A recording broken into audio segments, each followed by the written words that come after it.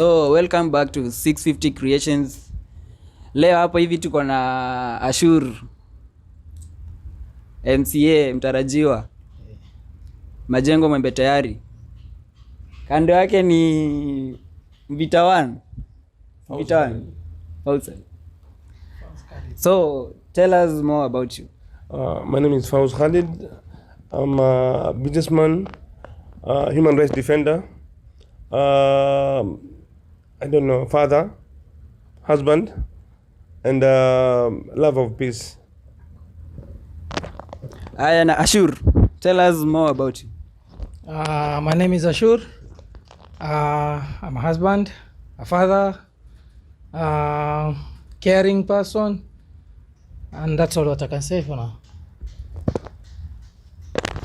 So Mvita 1, like what is going to 2022 general elections, like what are you bidding for? Of course, okay, I intend to give myself up for election as the area MP, Mvita. Inshallah, God willing, next year. So would you name one person who has an impact on you as a leader? As a leader, of course, there are several people. Okay, first and foremost, I don't know. Our Prophet Muhammad was a great leader. So I look up to him. I look up to his ways, and the just kind of a leader that he was. And then, okay, currently there are many people like Mwai Kibaki, Mzee Raila Odinga, and okay, in the neighboring countries here I have my very good friend Robert Kyagulanyi, the young guy who stood for president in Uganda at the age of 38. It was not thought of in this region, in our era, in our time, for a 38-year-old to stand and have an impact, a big impact, against an incumbent who is very powerful and who's been there for many years. So Bobi Wine, Kyagulanyi is one of my inspirations in this life right now. That's massive. Like, and how have you built your reputation to the people around you and the people of Mvita? Okay, it has taken some time. I did not just wake up one morning and say, okay, I want to be MP. No. And it's not about being an MP. It's about the people. We've been complaining about poor leadership year in, year out, and then elections come and go, and then immediately after elections we complain again. They say a madman is that person who does the same thing repeatedly without changing. And then you keep on complaining, and then you do the same thing, you elect the same poor leaders again and again. So to me, I think it has been a journey.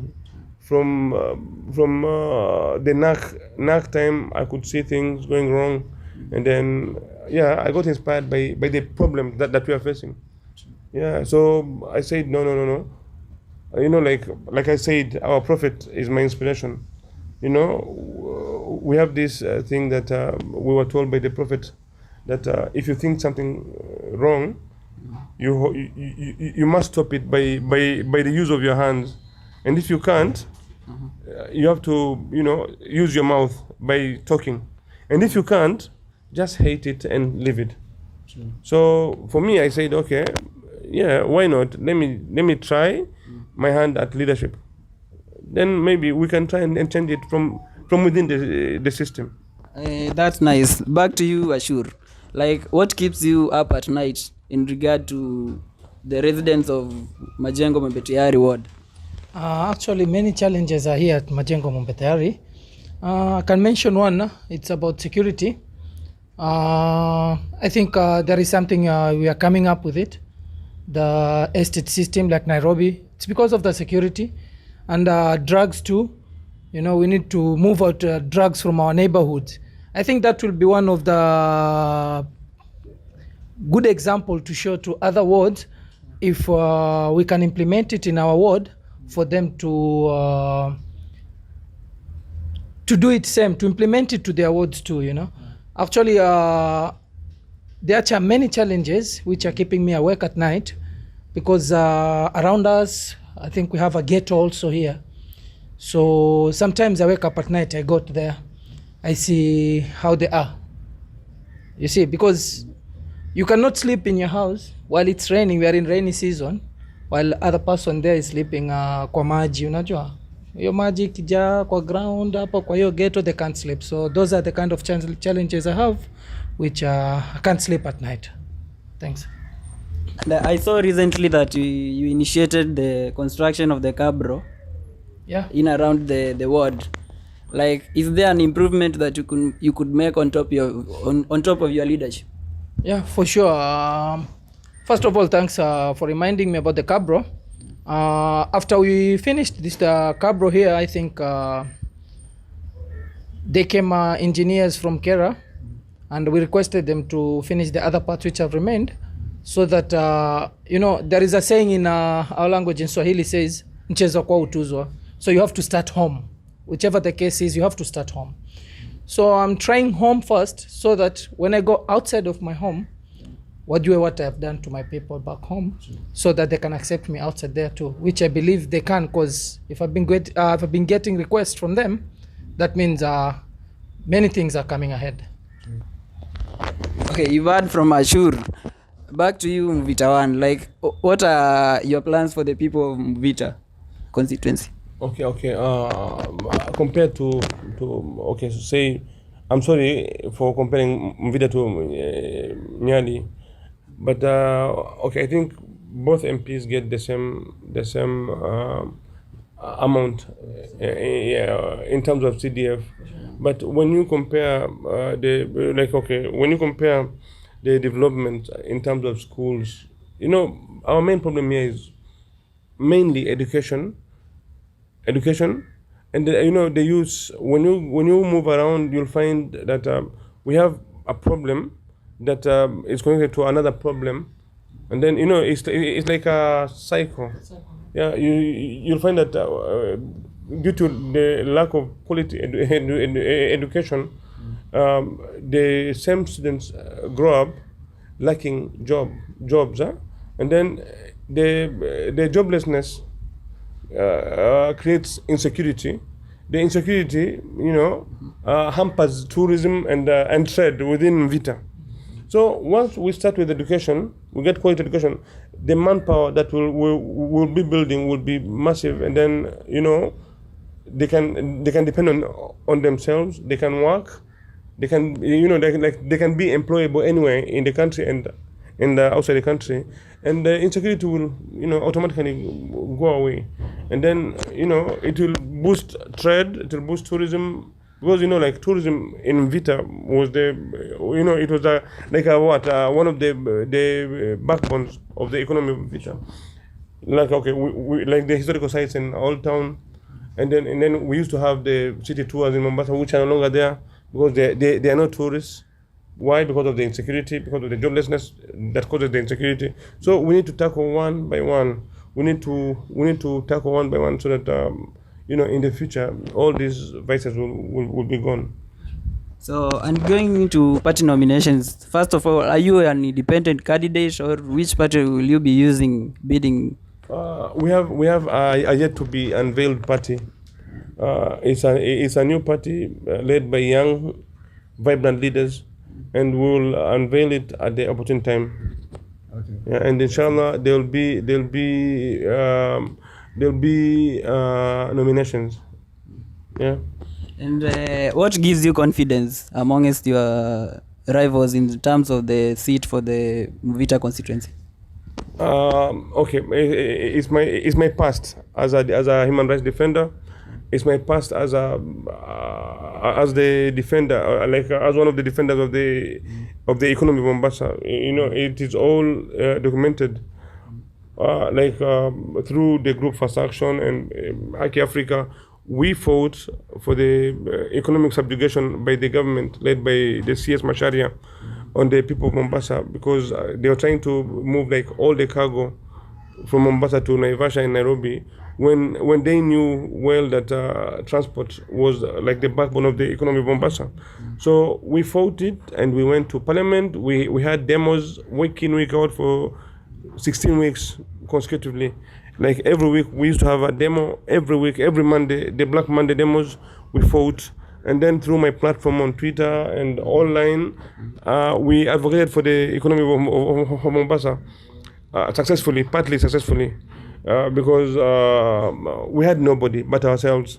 And I and other like-minded residents of Mombasa, like the Fast Action Group led by the chairman Karama, Hadith Moganda, Mohammed Dynamic, we were many, and others who came from Nairobi and joined us.